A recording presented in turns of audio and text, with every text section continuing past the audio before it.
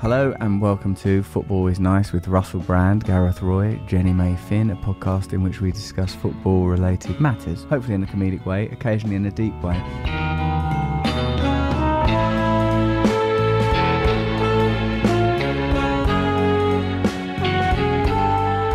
When I was explaining our show to Tony Adams, former Arsenal and England captain, we'll be responding to your questions. There won't be a breakdown of the week's football because it's an international break week. There will be our predictions. We will be looking at your social media content, and we'll hopefully be conjuring up the great gods, the topical, local, deep gods of the soil that inhabit the tribalised sport of football, the beautiful game. That's what we'll be doing, reading your reviews and stuff. If you want to participate in the show, you can follow us on social media. That's a bit of housekeeping. Right, when I was describing to Tony Adams, I goes, what it is it's a comedic football podcast, and also we go a bit deep sometimes. Because I thought, say that to Tony Adams. Yeah. He seems like he's someone who'd appreciate going deep sometimes. Yeah, he does. What, did he respond or? He ignored me. No. He did respond, and for a minute I thought I'd be able to get him today, but you can't just summons people with 24 hours notice and pull them onto your podcast. No. It appears. Did he respond about the depth though, or not? Or he just said, "Yeah, I'm willing to come on." You went, "It sounds good. That sounds fun." And then I go, "So you're free at 11 tomorrow?" And he said, "Nope." N-O-P-E. No. That's a strong no, that is, isn't it? That's right. He seems very gentle now, but he weren't gentle. I think it's ridiculous that he was ever called a donkey, because when you see that Arsenal documentary, 89, he was brilliant. Yeah. Like, not only brilliant as in defensively and as a presence, as an energy generator, but his distribution and like that, he scored that amazing goal, like in, I think that's the season that they, the famous season. That's right. And on the day they won the league, wasn't it? They beat Everton, wasn't it? And he scored that goal. He was like, oh, now Adams is scoring a wonder goal. Yeah. They're taking the mick now, Arsenal. I love a football documentary. Yeah. We live for it, don't we? Yeah. Just to sit quietly and watch it. Well, how have you coped with it being an international break? Did you watch the international games? Have you got international notes? Because, as you know, I'm the kind of guy... Yeah, I think we need to cover this. I think we also need to determine or not whether this podcast is... This is essentially a Premier League podcast, isn't it? I mean, we don't want to box it in, do we? But it basically is. I would talk about something in La Bundesliga or League One or La Liga if it came to me. Yeah.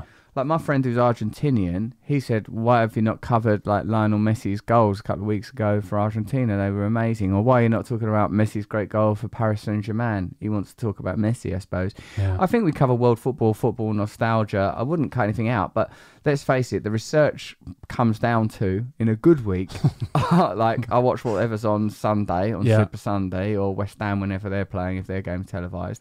And then I'll watch Match of the Day, and then I'll try and watch Match of the Day too, particularly West Ham's games in that. Yeah. That's quite a lot of research, really. We've got jobs, ultimately. You've got a job, I've got a job. How much football are we going to actually watch? We're not scouts. We're not going to fly to Rennes and like watch a sort of a game in the hope of finding a plucky 16-year-old wing-back who's got incredible pace. No, we're not getting the next Riyad Mahrez, are we? We won't get him. The next Riyad Mahrez will slip through our fingers. That's something that I've come to terms with already. Yeah. Although saying that, I have followed the internationals this week. Watched the England game last night. What happened?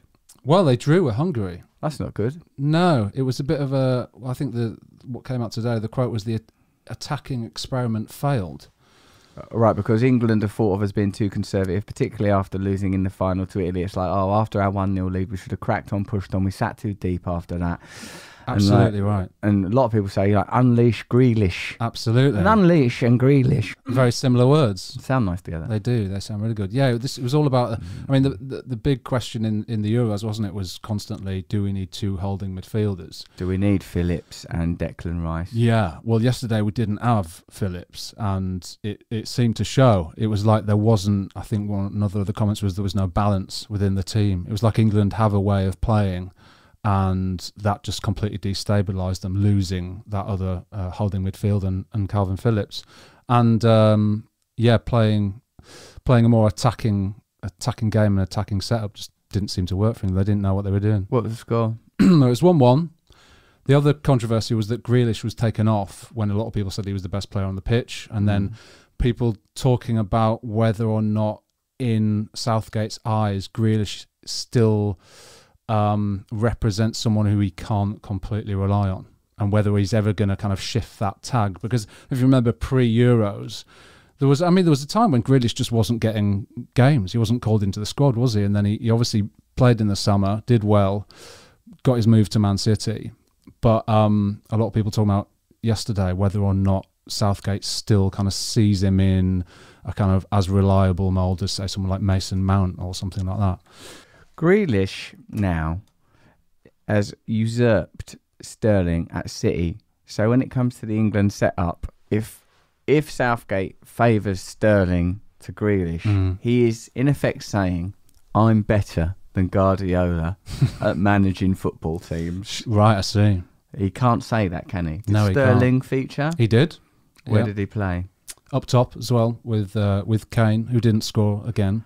So like he sort of had Sterling as a forward coming off the left really, and then Grealish slightly. So he had Grealish, Foden, and Mount.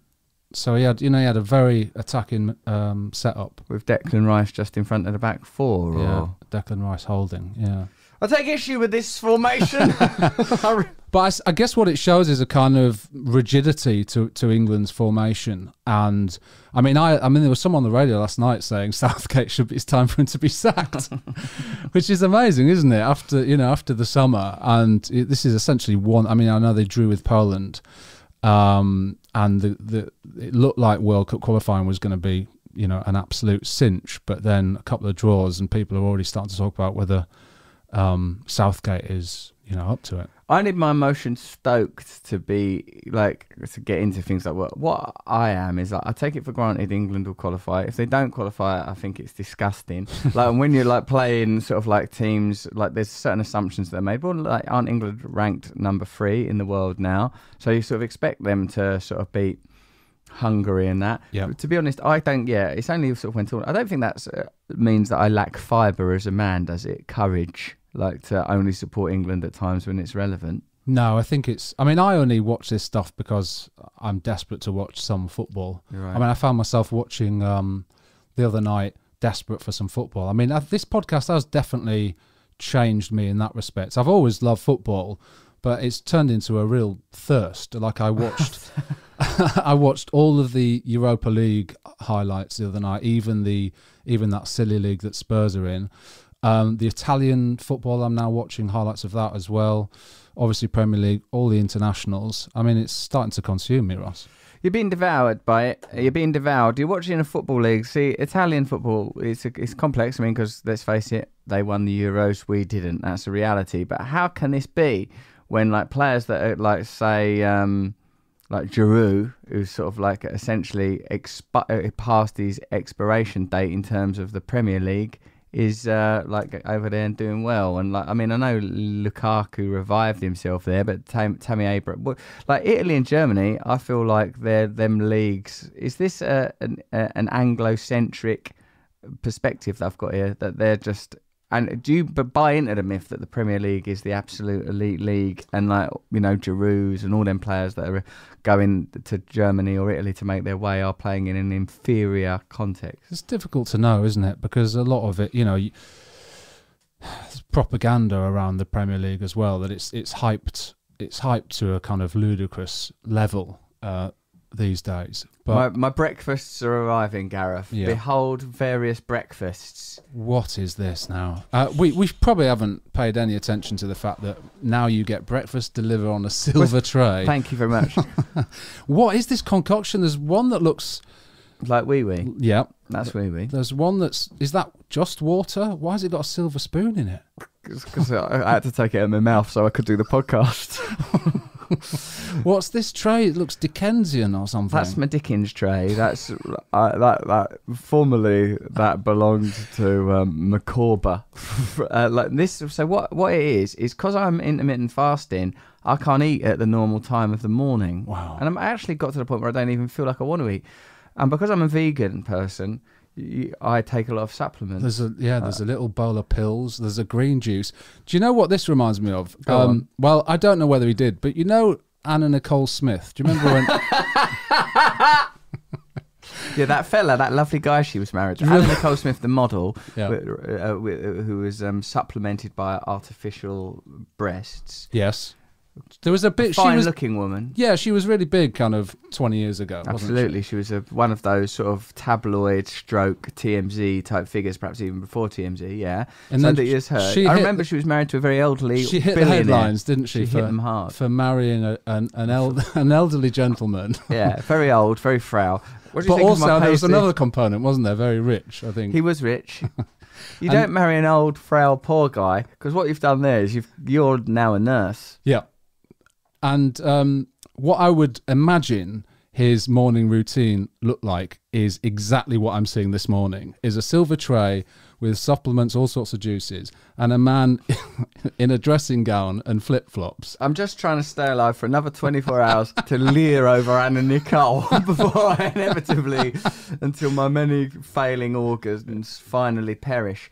You're right, and I'm wearing this paisley dressing gown over my favourite of the shirts, West Ham shirts that I've worn so far, in honour and respect of the, it's the international break. International break. Yeah, maybe I'll leave it there with you. I don't want to, I'm not attacking you in any way. I'm sure this is all good stuff. It's more just the way in which this has been As a spectacle. delivered to you. Like we're at the Ivy or something. 30 years now. Much longer ago than that. Yeah, I know. I'm sorry.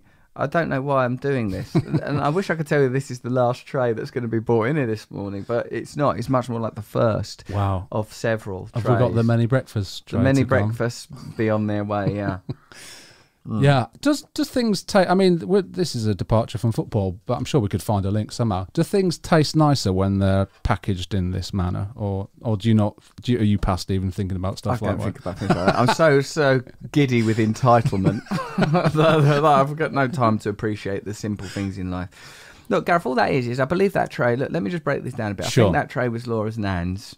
Oh, well, how now you make me feel bad. It's just a nan tray. Is she alive? The green juice, sadly, Peggy has departed. Our youngest daughter, named for her. As well as Peggy Albrecht, the great matriarch of recovery, Chicago-born, runs Women's Treatment Centre in LA, or at least did in life. And these two Peggys formed the basis for the naming of our daughter. Do you see how I'm using sentiment and tradition to underwrite privilege? That's how it works, Gareth. Yeah, sentiment also to undermine me. Well, because you was the proletariat trying to rise up against me. So I was letting you know, these are our traditions. Oh, you don't like the Queen. You don't like Buckingham Palace. Well, let me tell you, without the Queen and Buckingham Palace, you'd be out scrounging in a ditch, while wayward mercenary Moroccan men plundered you and beat you down while the Vikings came from one angle. You wouldn't cope very well without me and my tray of tablets, my man. That's how it's used. So yeah, I am a bit like Anna Nicole Smith's billionaire, decrepit old husband in my paisley dressing gown, clinging on to life by a thread, while potent, strong, working women hold stuff together around us.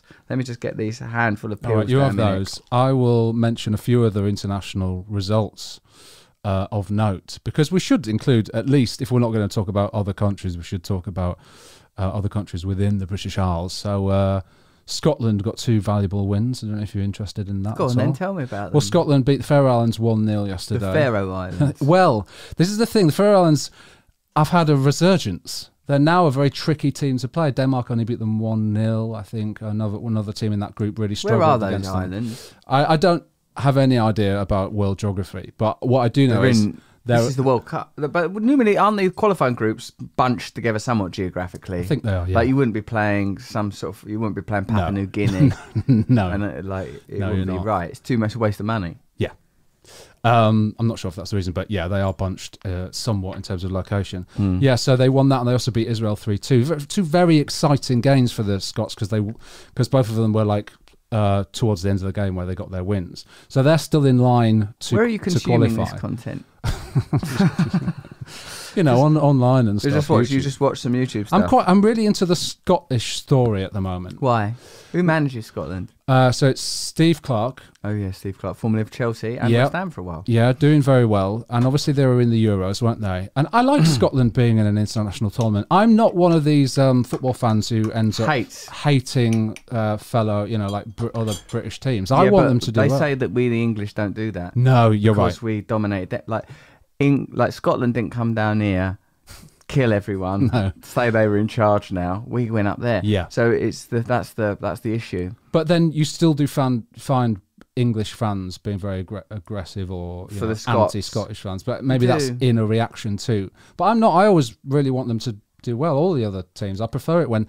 Isn't it exciting when we're all in a competition together? I think brilliant. I think it's brilliant. absolutely brilliant. But like, yeah, because it's a balance of rivalry and the acceptance that we have a common interest, isn't it? Now, that might be different if you're an Irish person. If only we knew an Irish person. What do you think about Ireland? Like them, do you? Your country fellows? They don't do anything football-wise, really, do they? They're a bit rubbish. Well, no, actually, they've had some wonderful moments historically. Historically. Yeah, that we've got right behind. That's right. We've always backed the Don't Irish. they usually lose? Then it's not too great. Both the Northern and Republic of Ireland can't qualify now, which is a real shame. Did Northern Ireland play yesterday? Yeah, they lost to Bulgaria, I think. Oh. Yeah, so that's it is a shame. But yeah, so unfortunately Ireland won't be represented. But Scotland looks like, well, they'll certainly be in with a shout at the moment. So and there's a new kind of crop of exciting Scottish players. So I'm banging to the old Scottish. How do you keep? It's story. Difficult to keep the old politics out of football, isn't it? I mean, like even then, that little bit of chat there, I sort of felt like we're English people talking about Ireland without the difficult history between our two nations. Then you talk about the World Cup. Oh, it's going to be in Qatar, played in the winter, in the middle of the night or something. Like it's very difficult, isn't it? Yeah, it is. Because of course Why is it in Qatar? Well, money. There you go. Are they building a whole city for it? Building all sorts for it, stadiums. Yeah, I mean it's madness, really. I mean, which could bring us quite nicely to Newcastle, to be honest. Speaking of Newcastle. Well, they've just been. I mean, they have been in the news recently, Joe. Well, I'm lining you up. Oh, right, nice. That was double professional. I thought it was unprofessional, but she was so professional, I couldn't actually see it. Yeah. Like you don't see how skillful someone is when they're doing something really well. Have you been? Have you paid much attention? Because we've had a few tweets actually this week, Ross. Let me go on. Read some out to you. And if you're asking, have I followed it? I've avidly followed it. Oh, I'm fantastic. avidly following takeovers. I'm interested in things like that. So James Beckley said, "The power of football is nice," referring to Newcastle Takeover and obviously our interview with Chu Geordie. The next Football is Nice podcast is already written, says Dean Samways. Can football still be nice with one of the last transparent sovereign state funds on the pitch? And Paul James Wood says, can't wait to hear what Rusty Rockets has to say on Football is Nice about Newcastle Takeover. Right. Well, many of my opinions are somewhat hand-me-downs of Simon Jordan's opinions, because I like Simon Jordan. He's very outspoken. I love Jim White too, but Jim White very much is the platform on Jim White and Simon Jordan's Talk Sports show, whereas Jordan goes out there, lashes about with some opinions there. Plus he knows the game inside out from the commercial side, and let's face it, the commercial side is what ultimately dominates. Even then, when we were talking about Scottish football in that, Gal, I thought it don't have no energy, this conversation. And then it's because it hasn't got the glamour and power and potency of Ronaldo, and all that stuff is money and cultural impact and import, but that comes with an incredible expense. Like, you've got to say, like, that you can't, like, it would be out of order if Newcastle weren't allowed to have this takeover when Man City's takeover is so comparable, really. Like they were saying, there were two issues as I understand it. One was piracy, that Correct. Saudi Arabia were pirating Premier League content, so that you couldn't have that. That's right. So money. Well, that's about Qatar, isn't it?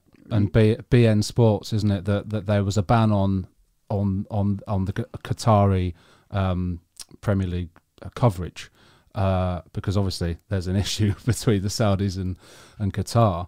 But now they've so that's back now. So that ban has gone, and they're not pirating Premier League football anymore. You mustn't pirate it. No. And the other thing, it's weird, isn't it? Because pirates is a hard word, because you sort of continue being told that piracy is bad, but in your heart of hearts, you love pirates for the swashbuckling, the buccaneering, the bravado that they've brought us over the years. Like when you and for those DVDs that you used to buy in the pub. Who doesn't love a cheap DVD? Did you ever do that in a pub?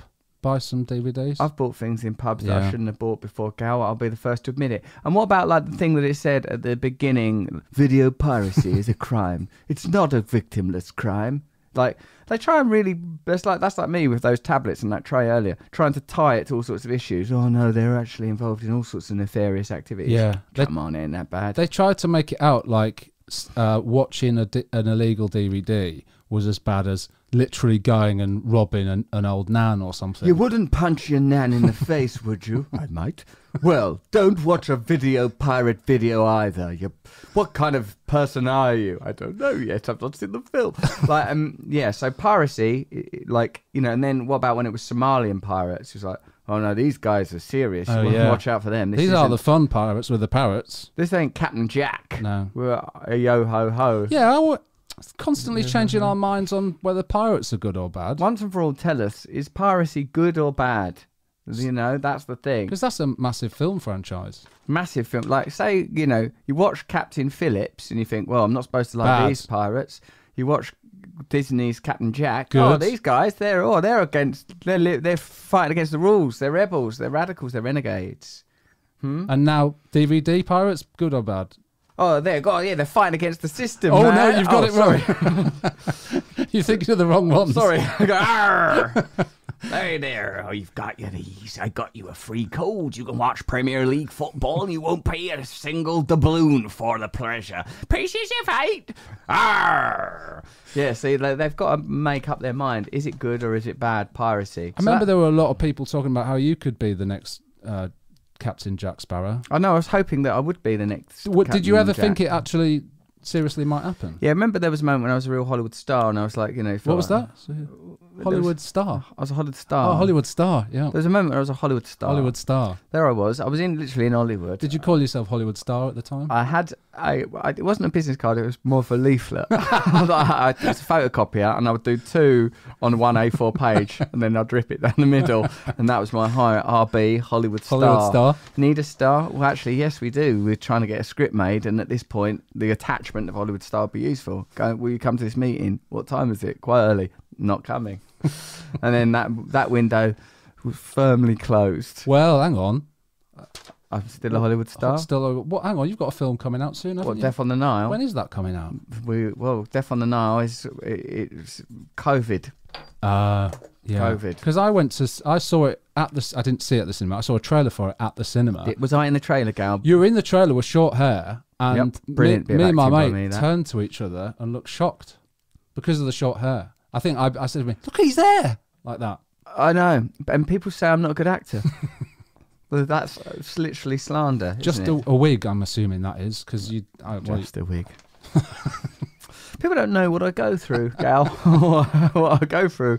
Up at 5, having that thing nailed on by a woman called Wakana from Japan. Wakana. She was amazing, actually. What happens to the hair that's underneath I'll the tell wig? you what happens, and Gal. how do they make it still look like there's no hair under the wig? Right. Now, this isn't easy for me, because at the back of my head's like an avocado, like the Predator. I've got a very big sort of like a capsule, like a Zeppelin coming out of the back of my head. That's where all my brain's stored. Now, Wakana, the hair and makeup person, Branner's personal on the thing, so that means she's got Branner as well. That means while she's doing my makeup, because Branner's the star and the director, she can be called off at any moment. Branner needs you. Well, wait, Wakana, come back. Yeah, Wakana. to sort his moustache out. He had to have his poil and moustache. It's massive. About. Was enormous. that real or? No, that's a wig as well. That's a wig. Yeah, that's. Do you call them wigs as well? I don't know, Gal, because I didn't like to trouble Branner too much. I mostly let him just do a bit. Come in, please. Place down my breakfasts. I'm a regular man of the people that gets served breakfast after breakfast. Look, this is all to do with intermittent fasting. I do normally make my own breakfast. Thank you very much, Jade. They're always I remember this from living with you for a while. That I eat the same food? Your daily drug addict. Is that it's always exactly the same. It's not just like a version of. It's exactly the same. Don't you eat exactly the same stuff every day? Not to this extent, where, I mean, it looks like you wouldn't be able to tell if this was like a crime scene or something. Well, you could have switched those out. Quite easily. You could do that as a body like if you were switching the bag with the money in it in an airport for another bag full of fake money, and it's a Guy Ritchie film, you could swap these breakfasts out. Vinnie Jones could go, right, opening breakfasts. Yeah, he could. Yeah. But anyway, back to this thing. What they do is they put cellophane. Right, firstly they tie your hair up. Does Wakana? I bet you love all this, do you? People messing with your hair. Well, it was all right because Wakana was so charming and beautiful and like fun, and said some unusual things, and this was the first. You know, like this is what I wait for in life. Someone to signal to you that they're on another level of reality. And then when someone does that, I'm like it can be through humour, intelligence, or strangeness. Otherwise, let's face it, Gal, life's boring. I know. Well, I know already from talking about the Scotland results. Not the beauty of nature. Beauty of nature, glorious. The limitless, constant, beautiful. But having to have a body, the demands of a body, beautiful to have a body, gift to have a body, grateful to have a body. But sometimes life, you know, say when you're just trapped in the sort of your bureaucratic machine of earning money, you're not free, you're being tyrannised. The small talk. Oh, the terrible, terrible small talk. So you're waiting for little signals from the sacred realms of mischief and wonder. Well, Wakana, like when she was like, I was at this place, Air Studios is where I met her, because I think Branagh was in an edit suite for another of his movies, as I understand. So I went there to have a makeup test and all this. So Wakana tied my hair up, right? And at this point, I just thought, oh, she's just a hair and makeup person. She's like a Japanese person, beautiful.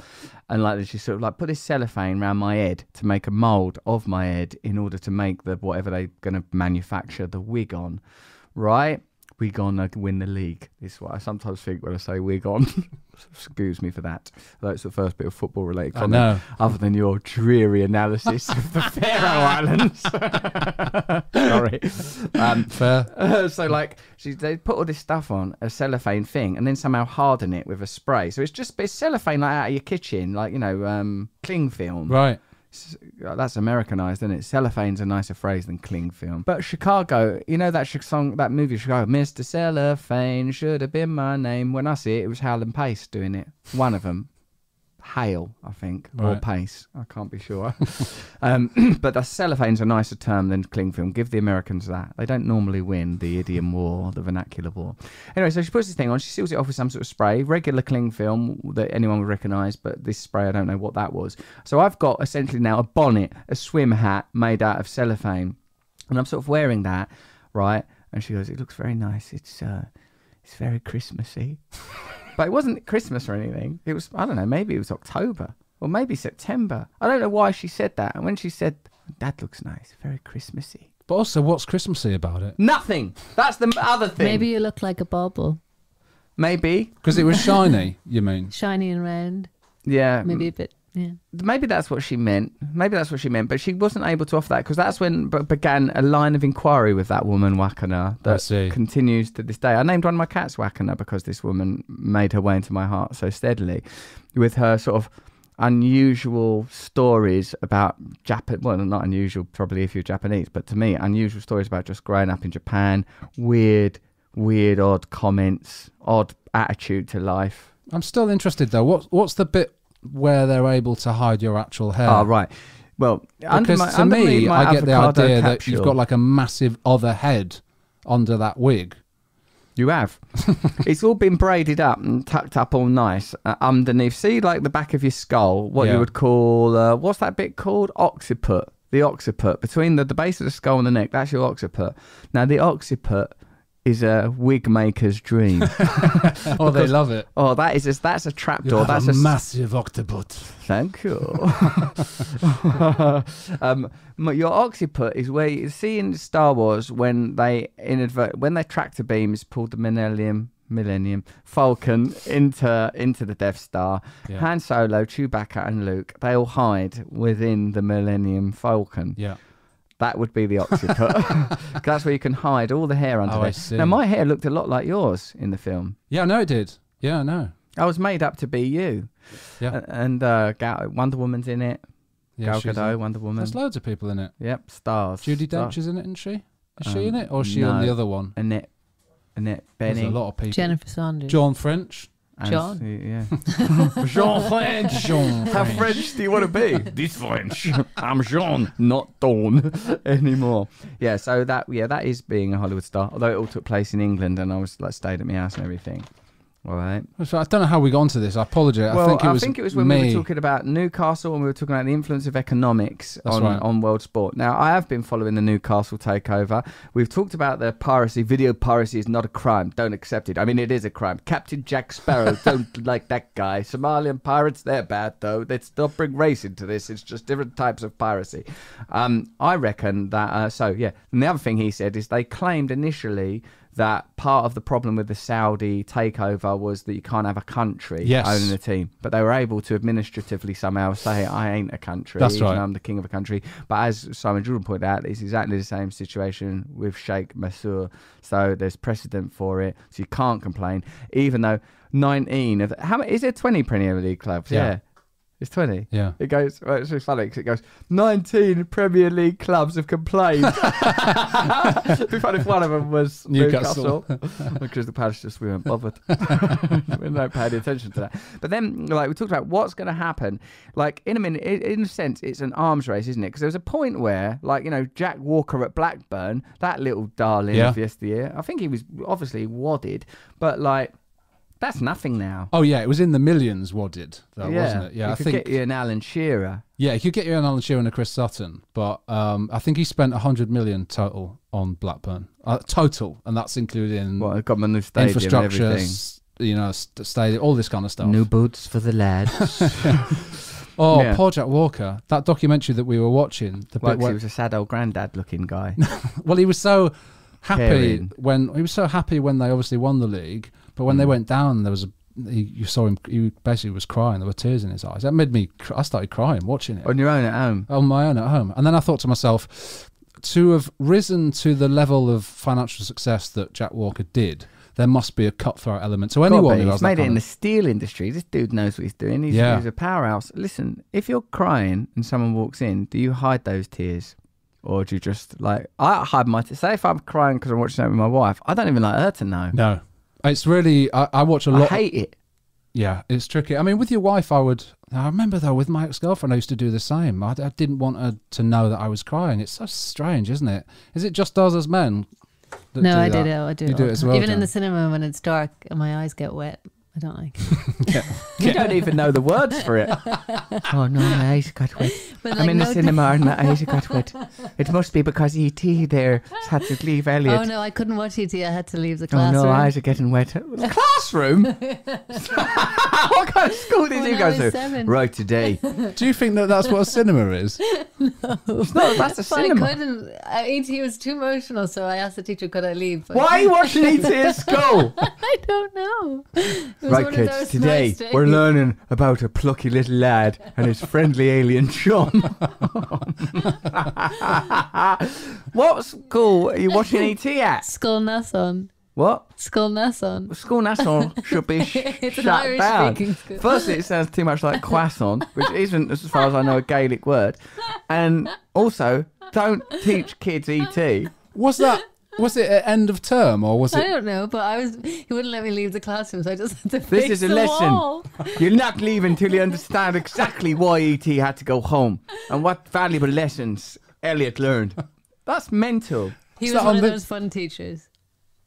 Well, I imagine he's sacked now, is it? No, You can't he get was away with great. that. No. No, he's still going. Going strong. Well, it would have been quite a while ago.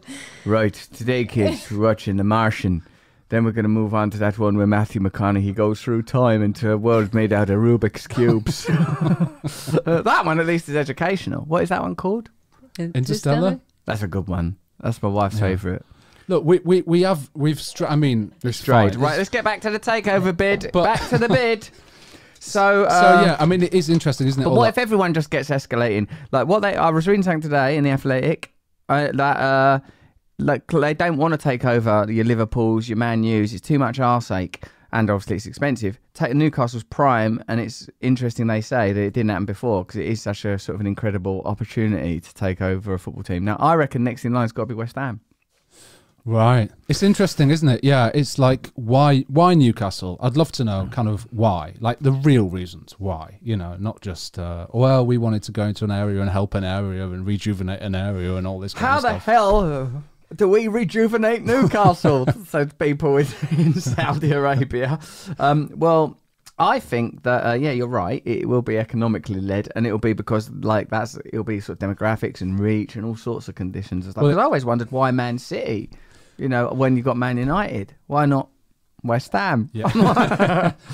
Would you welcome it though as a West Ham fan? because I would separate it in my mind from Well, I think reality. I think you have that's the to. whole point of football. Otherwise, if you can't follow football if you're No, going to of course start you can't. thinking in that way. Of course you can't. Everything's wrong. Yeah. But capitalism's wrong. It's an exploitative system that leads to suffering and poverty. And unless we're actually going to step outside of this system that we're all participating in to various degrees, you might as well. Well, I mean, look, elsewhere's weird because we'll do podcasts somewhere else, like on our YouTube channel, where we'll point out exactly, not with Newcastle, I don't need the arseache, but I mean, like, you know, the problems of capitalism. You, generally speaking, always select the content and stuff. So elsewhere, we apply critical faculties that you don't necessarily apply when dealing with this. Perhaps that's part of the problem. Yeah, I was listening to the post-match stuff on 5 Live yesterday, and Kelly Cates was talking about the game and you know, analysing the game and Grealish and all this kind of stuff. And then for about 3 minutes discussed the fact that there were some issues with racism and Hungary fans. I don't know if you remember, there were some issues when England went over there. I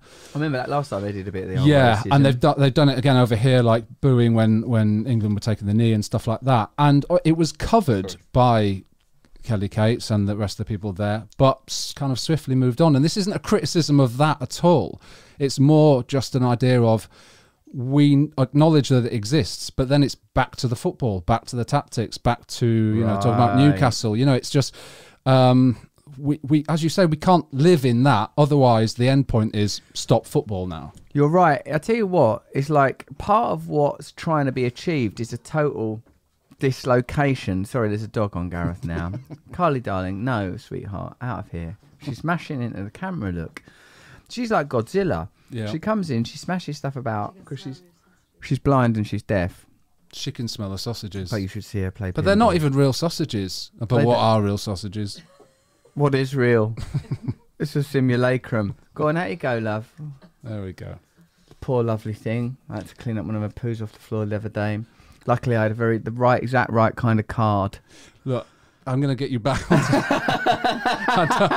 Is it part of your job? We've already strayed onto all sorts of other things. I think the hair wig was fine, but dog poo, maybe let's stick with Newcastle. Track. Well, essentially, what we're pointing out is that if you don't approach football as a sort of a kind of an armistice space that is somewhat apolitical, then all you would discuss is that it is soft power takeovers.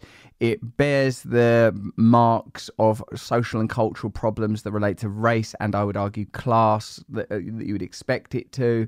And if you start getting mired in that, then you can't really enjoy Grealish,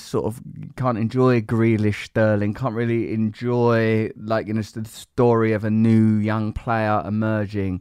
And that is it is reality. And then if you possibly there'll be a point in our individual and collective spiritual evolution when you say, you can't do this is ridiculous, it should be we need our values to be in place here. A little bit goes into that area. It does frustrate me a little bit because and again, it's no criticism of any of the kind of punditry around it or anything like that, but it's almost like raising these things. If you're not gonna take these down a certain line, it's almost slightly pointless in starting the conversation in the first place. If it's always going to be, but anyway, back to the game. Then right. It feels to me like, I think maybe a little bit, and I'm not in any way qualified to talk about this, but a little bit what Les Ferdinand said slightly about taking the knee. And this isn't me saying whether it's right or wrong to do that, but what it is like, I understand that if you're someone who, you know, who is deeply embedded in this and who has felt the impact of this to the position that he has, it must get to the point where you're like, well, all right, they keep saying sanctions for countries who have racist fans. When is anyone going to actually do anything about this? Is it just going to be a fine or playing behind closed doors? And obviously I understand like incremental change and all of that's incredibly important.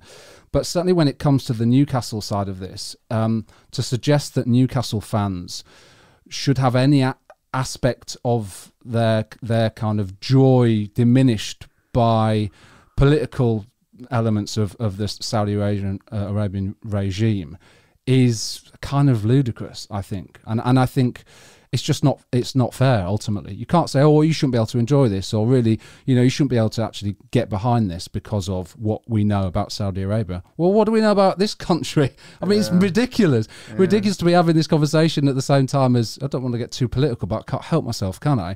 As we're selling arms all over the world. I mean, it's ridiculous. Yeah, that's right. It's sort of selective outrage when this entire situation is outrageous.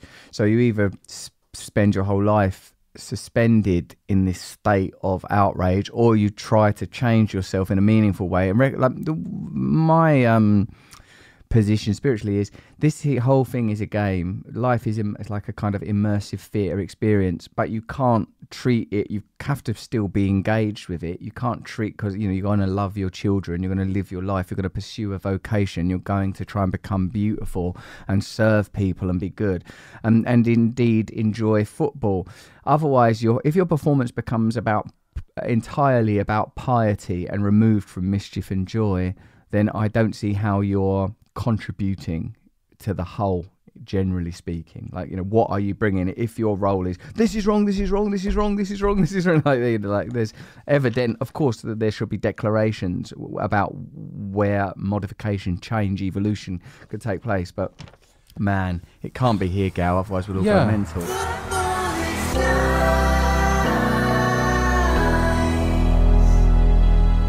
Listen to this by Ultimate Cat Cuddler. This'll liven you up.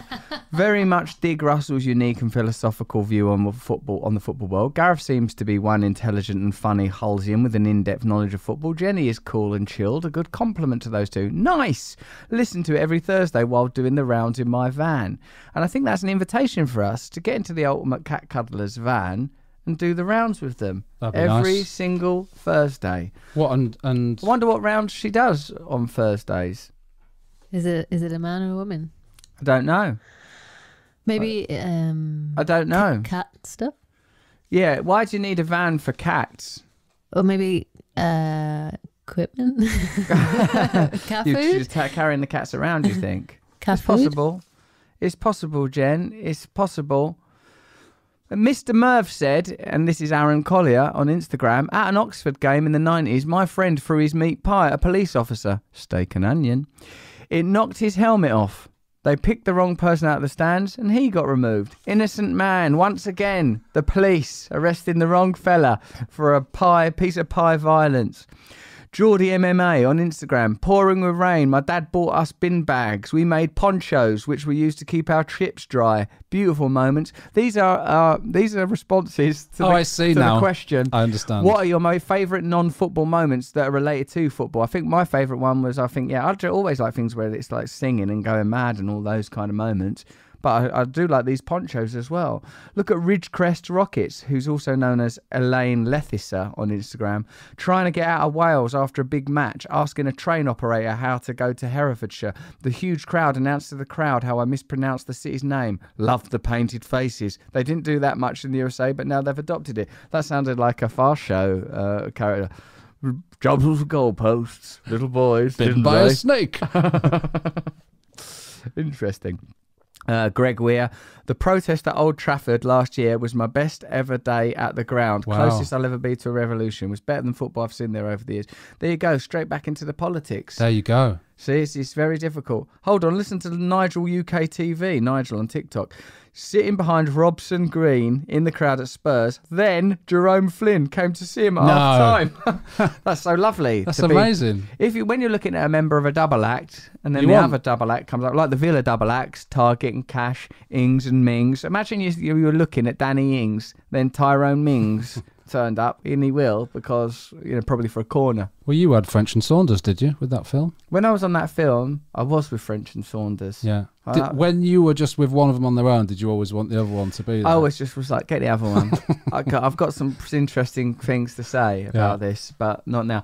I love them, French and Saunders. Yeah, they're amazing. Yeah, they're funny, they're warm, they're brilliant, they're cutting, they're cruel, they're beautiful. It's French and Saunders. Some of the best British comedians will ever know, I say. What are you looking at your phone for, Gary? You're like a 16-year-old. I've got some more reviews here. Go on. My favourite pod... no, that's not who it's from. Margate Carl. Loving the podcast. Always been a fan of Russell's work. In brackets, even forgetting Sarah Marshall. Now, is that a Ben Foster joke? Ben Foster joke. That's a very good film. Yeah. Very good. Well, I'm not. I mean, I like it. I love it. Yeah. Look, I don't need to be boosted. And these breakfast. More of them, please. perfectly reasonable for a person to have. Why was 9 that one not on a silver tray? You're right, it just came in. It was being handed to you. sloppy, really. The show never fails to bring a smile to my face. Great guest too. Can't wait for Tony Adams. Well, you have to, because he's coming next week. Yeah. Also, Jim White and Simon Jordan at some point coming soon. Oh, this is a good one. This podcast is a little bit like Roberto Baggio. In what ways? And who's saying this? This is Crustals. Hello, Crustals. So Crustals continues, ready to paint pictures and Yep. dance their way through to the goal Yeah. when often a simple tap-in would do. No. Nice. No. No. They might go missing in the big games or international week. They might score a hat-trick. Either way, the fans will all be wearing shirts with "Football is Nice" with the number 7 emblazoned on a sponsorless shirt. Nice. Devo. Thank you, Devo. Now, there's a few things for us to cover. That was very good, Gal. I mean, you can do some more of those tweets if you want to. Yeah, I'll stop with the political stuff now. Yeah, because, Gal, it's... Gets me all riled up. You've painted yourself into a corner. I know. Isn't it? This is It's not complex. nice stuff either. It's not No, nice. it's not nice We're stuff. interested in things that are nice.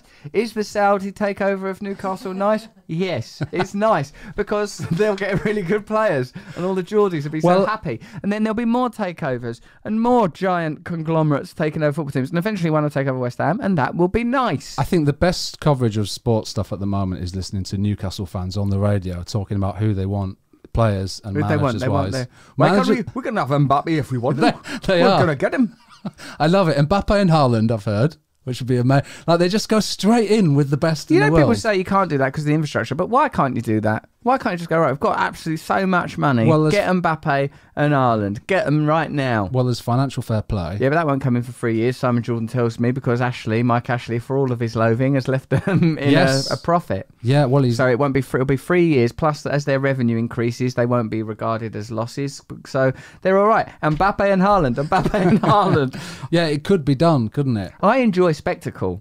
I enjoy things like just mad, like even when City, I think they bought Robinho that day. Right. They went, right, we've took over, we've got Robinho. Yeah. Apparently they tried to hijack Berbatov, is what I heard this morning. Oh, really? But then they went for Robinho instead. So, and I guess part of hijacking Berbatov was that he was going to Man United. That would be such a move, wouldn't it? Because they were so happy when they got Tevez, weren't they? They loved that little dig. Yeah. I think so. On that, who would Newcastle would have to buy like a Sunderland player to agitate the Sunderland fans? I don't think that would be a huge statement. I've heard Kane. We're getting Will Gregg. He's not even there anymore. Will Gregg's on fire. But yeah, Kane was mentioned. If Kane goes from Spurs to Newcastle in his never-ending hunt for acknowledgement and trophies, you'd have to say that's a mad move, Harry Kane. But Harry Kane won't do that because they're saying that they've got to do... I listened to someone talk about... Incremental. The other day they said... I heard someone say on the radio, Arsenal are 10 players away from a top 4 team. Then they've got to replace them top players to win the league. And then they'll probably have to replace some of them to win the Champions League. I was like, oh, God, why can't they just do the ultimate lot first? I mean, like, why do you have to, like, sort of go, right, let's get them, like, let's first of all be as good as Tottenham. Yeah. Then let's be as good as Liverpool. Then let's be as good. But that's what they did at City. City, though, wasn't it? Did apparently? they? Yeah, Where did they finish the first season? I don't know that, but they got Robinho. But also, what I was hearing the other day is they brought in players like Gareth Barrett, like dependable, proper Premier League stalwarts who were going to bring, kind of balance and experience to that team. So I guess the thing is, it's a team, isn't it? You can't just buy like a star striker and then. Not have anyone of. It'll be lonely and it'll be a weird vibe. Yeah, it will be a weird vibe. There'll be a disjunct. Yeah. But I do like the idea of a kind of Stella Street worth of footballers around Newcastle suddenly. Of like the most famous footballers in the world, all getting to know Newcastle. Market and that. Yeah. Having a good tear up of a Friday. Yeah. It'd be very interesting, wouldn't it? But I mean, that's ripe for a documentary. Surely that's going to happen. Yeah. Amazon Prime. Yeah. Was it all or nothing? Yeah. It will be. Yeah, it'd be amazing. And the other interesting one is manager. Which manager they're going to go for? So, like, obviously everyone's saying Bruce's cards are marked. It's a matter of hours or days until Bruce is gone. But then I heard some Geordie fans Geordies on the radio talking about who they want to get in. and loads of them were saying Kevin Keegan. They're never ever going to go over that. Some said Keegan, some said Shearer. It wasn't like I did hear someone else say kind of Ancelotti and people like that, but it's so amazing. That's the thing I love about the Newcastle fans is they haven't gone straight for let's get in the best manager in the world or let's try and lure Guardiola. Keegan is the best manager in the world. I love that they still want Keegan. I think it's fantastic. Yeah, because it's romance, isn't it? Yeah, that's why they deserve it. Yeah, because they're still not going, Conte or whatever. They're still saying, get Keegan. But what about last time? It was terrible, wasn't it? I mean, I've lost count of how many times Keegan's managed Newcastle. Like, there's a good time. Then there's been about another 3 times, I think. Well, certainly like... Not just once, is it? I think it's twice since then. I don't even know. He's always going back there. I mean, certainly with the Shearer Waking up at the side of the road in his car with a baseball bat. Remember that? That's a weird football moment. I don't remember that. Keegan was asleep in his car and then beat some geezers up or something. It was like really one of them stories like, what? Which may have happened, but may also be fictional. It might not be real, but I feel like I remember it. Yeah, so like if they do get, why not have Alan Shearer as manager with a purse of $1 billion to go around the world buying people up? Yeah, well, I heard that Keegan and Shearer are going to be involved. Whatever happens, that's the rumor that they're going to be involved. Whatever happens, we're involving it. Like in the process of bringing in a new squad and a new manager and things like that. Amazing. I mean, it's so entertaining, the whole thing. I think that's partly why, obviously now, the fact that Newcastle are the richest club in the world overnight. I mean, that's an amazing thing to say. Wow. The richest club in the world, Newcastle United. I mean, no wonder they're all absolutely buzzing. I'd not put it in those terms. Yeah. Is it really that? Yeah. It dwarfs the others, apparently, in terms of... Because it's an oil-rich nation with limitless funds. Yeah, absolutely. Yeah. And no piracy issues. No. What's going to happen? Well, sooner or later, dominion will be achieved.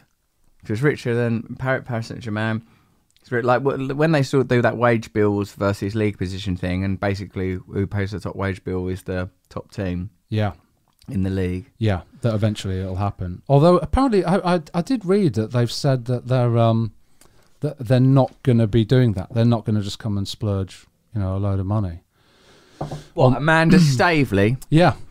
I like saying Amanda Staveley, and I like seeing her walk around in them suits. She looks a pretty powerful person. Really does. She ain't going to take no shit. No. Amanda Staveley. Imagine her first meeting with Steve Bruce while Steve Bruce shuffles about in there, lady out of casualty looking, with that ferocious woman. Yeah. He won't last. Poor Steve Bruce. Poor beloved Steve Although Bruce. apparently he'll get 6 million, I read. That's good, isn't it? Yeah. 6 million quid. Like, he must have had something like that happen to him before, because he's been out of a few clubs. So why does he look that way? You don't look like someone who's got like loads and loads of money backing him up. He looks like someone who's might have to sleep in a skip. Well, in a good way is the way of framing that. No, I mean, he just looks like he's got lovely. a lot of pressure on him. I love him, and I'm not ultimately him. He looks like a normal person, doesn't he? And that's because what he actually cares about is football and not money. That's the price you pay, baby. Why else would you do it? All right, shall we do our predictions? Yes. Right, my first prediction, Mbappe to Newcastle. I might notice that these are for the games coming up on... Oh, those are the results. So we're looking at Saturday the 16th. Now, these games have been played before we next do one? Yeah. Oh, that's good. And Jenny May Finn is on here. Now, Jenny, we have asked you to create a league table that you can be a participant in. I will create the league table. Wow, Jenny May. Okay, so now, time for our predictions. First up, and now, we're doing it in this order. Russell, Gareth, Jenny May Finn, actual. And actual, of course, we can't fill in until it's happened. No. All right, that's the way reality works. Yeah. Watford will be playing Liverpool. I predict that... Liverpool are going to win that game. I'm already saying 2-0. What's wrong with me? It's such a boring prediction. Gal? Sorry, is it Liverpool away? Yeah. Oh, Gal, you can't do an exhalation like a mechanic. Look at Jenny. She's not mucking around. 2-1. 2-2. Brilliant. Liverpool. Okay, 3-1 Liverpool. Oh. What? You've changed it? Have I? Oh, you said 2-2. I said 2-1. Shit. Oh, yeah, no, that's right. And you said 2-2. 3-1. You're changing to 3-1. Where's he got this 2-2 from? I don't know. No one said 2-2. All right. Aston Villa. Wolves. Oh, a derby. This is brilliant. Go on. I'm saying that. I think Villa are going to win 3-0. Right. Oh God, Wolves have had a bit of a resurgence. 1-0 Wolves. Well done, Jen. If you win with this madness, it'll be brilliant. Go on, Gal. 2-2. Aha! I knew it. I was ahead of my time. I should win this game. Leicester, Man United. Go on, Jen. You go 2-0 first. Man Right. United. 2-0 to Man United. So 2-0 away win. I think it's going to be a draw. 1-1. Gal. I'm going to have to go 1-1 as well. Is that all right? Yep, I don't mind. Norwich versus Brighton. Now, Norwich, of course, Jen's team. Norwich, but Brighton flying high. I'm going to say it's going to be 2-0 away win Brighton. 1-0 Norwich. Well done, Jenny, supporting them Canaries. What about you, Gal? 1-0 Brighton. 1-0 away win. I'm doing this really well. Southampton versus Leeds. I'm going to predict that Leeds will win that 3-2. It's going to be a thrilling game. And I'd also like to say that Bielsa will sort of march onto the pitch and toss his bucket at an official at some point. Extra points for that. Yeah, if that comes true, baby. What about you, Jengo? 2-0 Leeds. 2-0 away win. Well done. Brentford versus... Oh, hang on. Oh, God. Well, come on, you've got you're staring at it. 2-1 Southampton. 2-1 I'm knocking you off your Southampton. own table, Gareth. Because this is why he wins, because he takes it seriously. He's studying it. I Looking don't even know. I haven't seen one match this whole season. So, you know, Jenny, if you win it, like, I bet you'll do better than me. Brentford v Chelsea. I think that I want Chelsea. I want Brentford to win that, especially because that will really soften the blow of them beating us. So I'm going to say that it's going to be that Brentford are going to win 2-1 home win for Brentford. I was going to 2-1 Chelsea. 2-1 Chelsea. 2-0 Chelsea. 2-0 away win. And then... Hang on, you haven't done Man City Burnley. Well, that's because they were not included in the charts. No, they're not. Right, so is it a Man City home? Man City home versus Burnley. Now, Oh, no. Man City traditionally score tons against Burnley. Oh, look at me, such a square, isn't he? Well, Jen? they do. 3-0. Right, so you're Man saying City. Jenny's saying 3-0 home win. I'm saying 4-1. Oh, nice. And what about you, Gal? 4-1. He's saying 4-1 to Man City. Go on then, I'll say 4-0 Man City. 4-0 to Man City. Right, next game. Now, Everton are playing West Ham United. Everton are playing pretty well. Oh, and I hope West Ham... It's a really important win for West Ham, this. And I'm going to say that West Ham 1-0 to the Irons. To the Cockney Who are they boys. playing again? Jen. Everton. Jen, what do you say? West Ham, Everton, West Ham. You don't need to know, Jen. You should just say two numbers. Just say any... Exactly. I want to decide who I want to win. That's how I'm Oh, you deciding. say what you want. That's what... I'll support Man United West Ham. Yeah. No, 1-1. 1-1. Okay. Go on, Gal. Um, Go on. You're already thinking about Andros Townsend, aren't you? no, Time's I'll say West Ham 2-1. Thanks. Now, Newcastle v Spurs. Newcastle high on life Wow. and pure money. Yeah. How are the Geordies going to cope with Tottenham? Like, I bet their fans will be saying mad things like, we're going to Harry Kane, we'll sign you in the mortar. Won't they? It's got to be first on Match of the Day 2. Oh, it's Match of the Day 2. So they've only got 2 games to choose from. Yeah, if it can't beat West Ham Everton, this drab match that we're predicting. So I'm going to predict that Newcastle are going to beat Tottenham. I think they're going to win 2-0. That's my prediction. Jenny May, you got a prediction? I'm going to go 0-0. 0-0, yeah, there's going to be 1-0. What do you think, Gal Roy? I think Spurs might spoil the party. 2-1 Spurs. Right. And then finally, Arsenal versus Palace. I'm going to predict a 3-1 win to the Arsenal. What about you, Jengo? 1-0 Crystal Palace. Well done. And then Mr. Roy. 1-0 to the Arsenal. 1-0. All right, 1-0. Right. Probably. He's checking over that I'm doing it right. He's become obsessed with this. Don't ever get into gambling, Gareth. You'll go mad. Did you want that verified? Do you want that took away? Should we put it on the silver tray and have it carried out of here, locked up like them balls? Like when they used to do. I'll tell you what, right? You know, like sort of the paraphernalia and sort of the commerce and circus around football is so mental. Like when you watch like Greavesy doing like the FA Cup draw with Donald Trump, even though it's like Greavesy, who's like one of the biggest figures in the game, then in a cozier ITV type time, and Donald Trump was, of course, a billionaire president to be. The whole thing's oh yeah, that's Leeds, I've heard of that. The whole thing is so sort of gentle, and they've literally just taken it out of a velvet sack that you'd be using if it was something to do with a bowling club or something. Yeah. It's better. Maybe we've gotten too carried away with all this commerce and madness. I mean, if it was going to be fan-owned clubs, you'd lose all of this. You wouldn't be able to afford nothing, but maybe the spirit would be better. Dare we to dream? Or would it be like the Scottish bit? Oh, God, it would be like that. Yeah, it'd be boring. No offense, You're right, capitalism has saved us. No, you're fair. Sweet lady capitalism. It was boring. I was thinking about cutting it out. I was strolling through Dulwich on Saturday, which is near where I live. Strolling through Dulwich just the other day. Yeah, Hamlet. With a friend, and Dulwich were playing at the time. Fan-owned. Billericay. Near where I'm from. Billericay won, and you couldn't get a ticket to the game. It was sold out because of the kind of rivalry between them, but also because of I was told, a lack of Premier League football that day. So everyone kind of flooded to their local team instead. But I'm going to get right into Dulwich, and I'm going to start reporting on Dulwich when I'm here, because it's all very interesting. I'm just going to love the Dulwich report. Hey, Dulwich are... got the word dull in their name. So they... little bit in common with was it FC United we were talking about? No sponsorship from betting companies. Oh, so their big thing is kick betting companies out of the game. Kick them out. Kick them out. Interesting. They've got a lovely kit, pink and blue.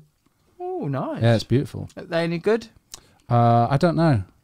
This is the start though. I'm going to get into them. I'm going to report on them. When do they play, mate? They're not at home for another couple of weeks, I think, but they're on the road. You're not going on the road with I'm not. I won't be getting on the road. No. Service stations, punch ups on trains. No, that's not going to happen. Good. Football is nice. It's been a shorter episode. Yeah. This is still longer than almost all other football podcasts, I think. What we lack in quality, by God, do we make up for in quantity? It's like my breakfasts. It's just one thing after another. You went for the sausages first, I've noticed. Easier to eat. A lot of the food I ask for is just on the basis that I assume no one's going to be able to get me anything, so I just tell them things that they can get and that are easy to eat. Yeah. And look at the spectacular results. Silver tray after silver tray of privilege ushered into your door. Although the napkin element is just kitchen roll. That's right. See, if you look, mate, the Wizard of Oz is naught but a little old man. I went to see that Wizard of Oz. I took my daughter there. We didn't stay for the whole thing. Big lines for the toilet. When you've got a female child and you're a male, you've got to go and you've got to choose your toilet. You have got to. Sometimes I go. Which one do you bring her to? Mostly the men's, because I think like women aren't going to want a man in their toilet. I used to get brought into the male. Also toilet. Quicker, isn't it? Yes. At half time, a thing, yeah, definitely. But then when she decided she needed a wee once the show had started again after the interval, went in the women's that time, much nicer, still not as nice as it could have been. That's my review of the toilets there at the Victoria Apollo. Are you now taking your daughters to various shows? Because you went to one the other week as well, didn't you? I think this is the same one. I mean, Wicked, didn't you go? Yeah, this was that. Oh, this was Wicked. I am taking my kids to loads of things. Have you been there's a place called Coral Reef in Bracknell. I can't recommend it highly enough. You go to shooting down a tube. It's bloody amazing. Have you been down a swimming park lately? No. Go, mate. It's one of the best times of my life. You get in this tunnel. Yeah. You go down it on a sort of a lilo made out of the number 8. You get on there with your little kiddie. And down you go. And there's bits where you're in pitch darkness. There's one bit where we nearly went upside down. Wow. I was screaming. Do you need to have a child with you? No. What if I just turned up on my own? Come with me. Is it going to be a child? Don't go on your own. Frowned girl. upon. No, not frowned upon. There's no rule against it. Right. But I reckon probably at some point someone looks on a walkie-talkie would go, "This guy's not got a kid here. He's just on his own." Because it's very much. It's not this swimming pool in Bracknell, Coral Reef. It ain't for. You wouldn't go there if you was the torpedo. Maybe if you were the last 2 syllables. Because you wouldn't go there to practice your swimming. I don't want anyone shouting "torpedo" at me while torpedo! That's the last thing you want. Even if they're just complimenting my swimming. Yeah, I don't want people that are gonna not hear that thorp. There's in it though. There's a volcano that goes off and splurges out water. Right. There's a pirate ship that fires things. There's about 4 or 5 different slides. Some of them you can't even go on. A little kid can't go on. You have to be a metre high. I wanted to go on some of the other ones, but it was just me and my little daughter, so I couldn't go on those ones because I left her on her own. And from what I gather, it's single men going there on their own. Yeah, so like, it's brilliant though. There's moments of actual genuine, like, say you go Peppa Pig World, which I also went to. Great in its way, but like the problem with Peppa Pig World. All the rides are the same thing, really. Sit down on this thing and go around not that fast. And like they can dress it up as a car or a train or a balloon. Yeah. But really, sit in this thing and go around not that fast. But this is different. You're actually feeling a visceral thrill of hurtling down a tube in darkness at one point, thinking, this shouldn't be allowed. Wow. Dangerous. That good. Yes, like that. You know, when you too often in life. Think about this in your own life, listeners. When did you last dance? When did you last sing? Where is the joy in life? Remember who you are. Humankind, rise to your feet and roar. What kind of person are you? That's why we back the Newcastle Takeover. Shearer's the bosses. Shearer and Keegan and Beardsley in the dugout. Aspria back. We're bringing back the glory days to Toon. No, you can't deny people joy. It's too complicated. Otherwise, you've just got to shut down all the capitalism, which, you know, we are trying to do on our other channel. But it's hard. No one's going to bring me a silver tray full of sausages in our communist utopia. No. But then we'd have permacultures and we'd be living in lovely little villages and we'd worship the sacred rabbit. I have a bit of an issue at, you know, things like that involve like lots of children around. Because I'm one of these men. I know this is going to stray into a slightly strange territory, but have you heard of this thing recently that's like men can't smile at children anymore? Oh. I have that because I'm one of those people that like when it sees a child, like they're so joyous and wonderful. I can't help smiling at them. The assumption is malfeasance. It's so awful that's not good. A thing now. We've got to assume that people are lovely until. I mean, let's look at the figures. The figures suggest that things are basically all right, except for in the sort of systemic problems that we face as a result of economic ideologies that are very difficult to alter. When it comes to it, you're going to be okay. Most people are lovely. Everybody's struggling together. We're not surrounded by terrorists and paedophiles. Just try and relax. Football is nice. It is nice. Should we wrap up the show? Probably. We've got a lot of work to do today. Yeah, maybe not end on pedo. Don't. All right. Let me tell you something else. Torpedo. I went on a lovely walk with my kids with this woman called Alison, who, like, what she'd done was she created a colour wheel. Like, imagine like a swatch or a spectrum. It's like a plastic disc, and on it was like various shades of green: mint green, bottle green, green, green, green. Then like purple and red and yellow and orange and brown. And you had to walk through the woods. You go, okay, find something of each of these colours. You have to go around like, oh, this is exactly like this leaf or this blade of grass or this old leaf is exactly this brown or green. And I'll tell you now, even though this was actually for children and mentally ill people, I enjoyed it. So what does that say? Well, this has been great. And let's not answer that, Jen. Found it very soothing. It really helped quiet the demons in my mind. There you go. Come on. I think it's time for your other breakfast. Football is nice. Let's wrap this up. Breakfasts are nice. Well done, Jenny. Well done, Gal.